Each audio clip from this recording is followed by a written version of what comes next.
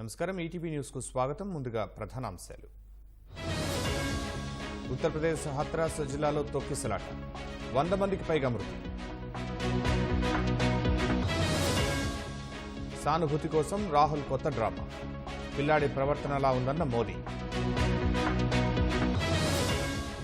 ఛత్తీస్గఢ్లో భారీ ఎన్కౌంటర్, 5 నక్సల్స్ మృతి. సల్మాన్ ఖాన్ హత్యకు 25 లక్షల సుపారీ, కుట్ర పనిన లారెన్స్ బిష్నోయ్ గ్యాంగ్. అసోంలో వరద బీభత్సం, 6.5 లక్షల మందికి పైగా ప్రభావం.